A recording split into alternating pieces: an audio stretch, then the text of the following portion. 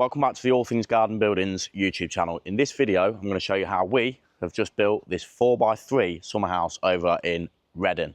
But first things first, we need to go and have a little chat with Past Jordan. So the first things first, when you are coming to rebuild your summer house, this is only a small one, but it also works for larger scale builds.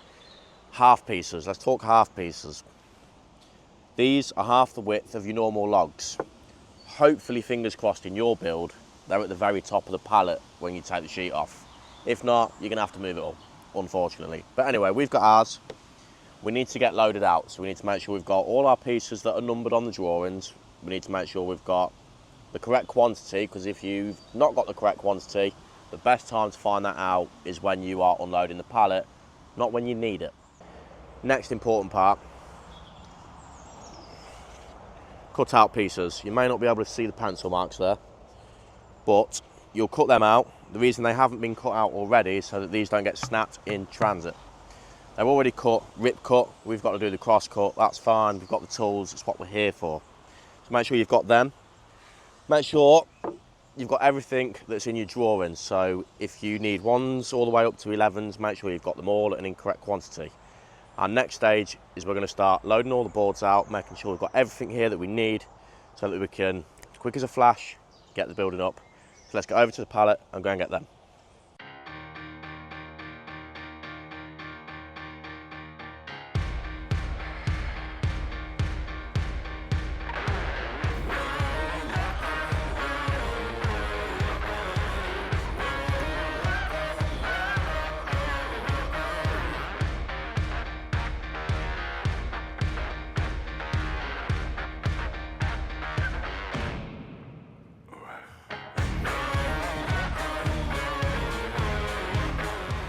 So we've quantified everything we need. We've got all of our pieces for underneath the windows. So if you look on the drawing, we've got 4 number 5s, clearly labelled on the actual noggin of the log and on the ends of the logs themselves. You'll see that in a second. We've also got the cutouts. They're ready, that's hidden down there. We've also got all of our small pieces, which we need 1, 2, 3, 4, 5, 6, 7, 8, 9. So we've got 4 piles of 9 on the right over here, or left, however it works on your screen. We're keeping them out of the way because what we don't want is it too busy in here and pieces going everywhere and us standing all over stuff, because it's a nightmare. Back wall logs, let's have a look. We need 15 of those, 15 number 2s on the back wall. As I said, they're labelled. Hard to get that wrong. Side walls, same thing. We've got 15 number 10s on each of the side walls. Pile of 15, pile of 15. Next for us is we've got to screw our first ring round. So our half pieces down, make sure we're square, make sure we're straight. We've got 180mm screws to put them in with. So what we need to do next is get a drill out and get started on that.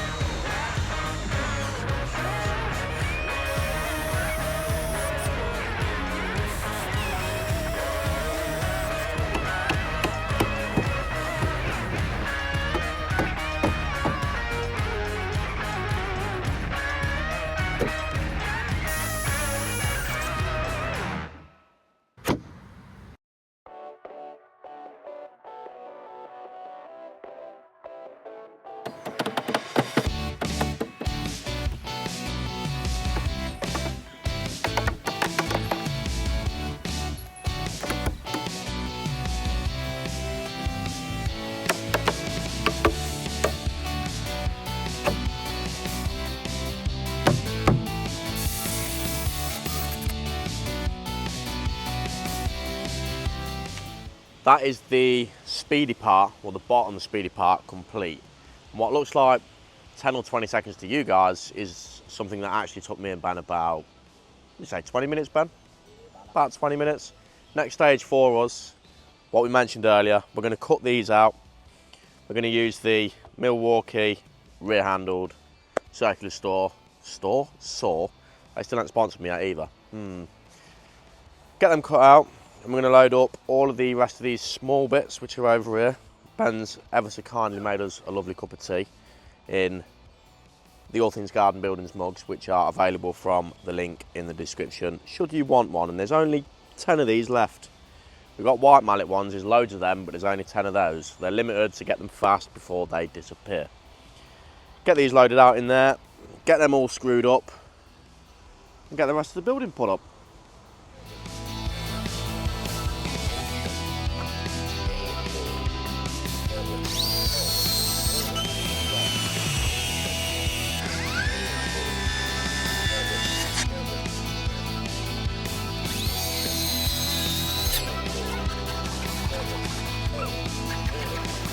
Next on the list, sharper handsaw.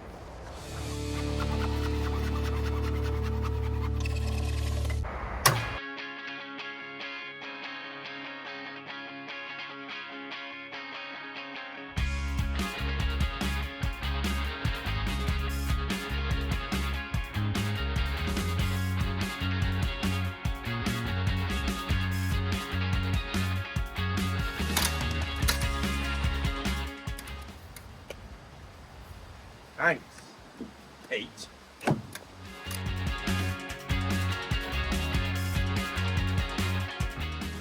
With the sides and the front columns completed, it means we are now ready, or it's now time for the cutout piece that ties the whole at the top of the building together. Because at the moment it's going like this. We want it to go like this. We'll end up playing. We're going to cut this off. Then this, then this, then this, then this, and then that. Circular saw, cut them off. Oh, and I've already set the depth.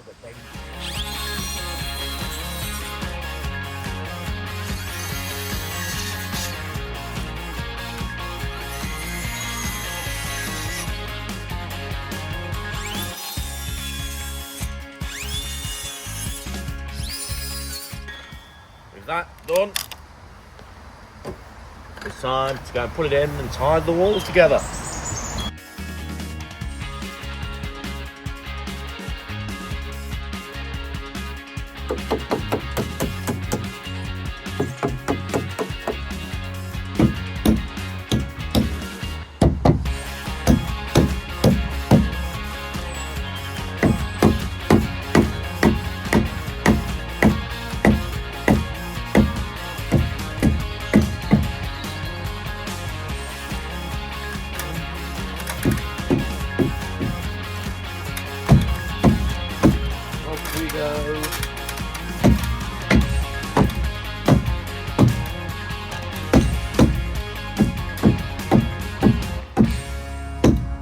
That is that, almost.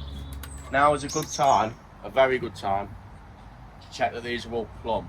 And if they're not plumb, because one of the side walls might be throwing it one way or the other, you have to do something like we've done previously, where you get a strap, pull it tight to the nearest tree, make sure you get it plumb, because if you don't get this plumb, all your windows and doors are going to be a bit of a faff to get right. Top tip that, so save that one in your head for later. We've levelled up most of the columns. When I say level, I mean plumb. We've plumbed up most of the columns. I'll show you actually before anybody says, oh, you don't need anything. Have a look. See that? It's not perfect, but it's as close as we're going to get it. Level is level. Between the lines is between the lines. So we're going to wrap this video up for today. And before anybody says, yes, you can get a lot further, you're not filming, are you? I'm filming, so it's taken me a little bit longer. If you enjoyed the video, give it a thumbs up, and don't forget to subscribe for part 2. I'll see you there.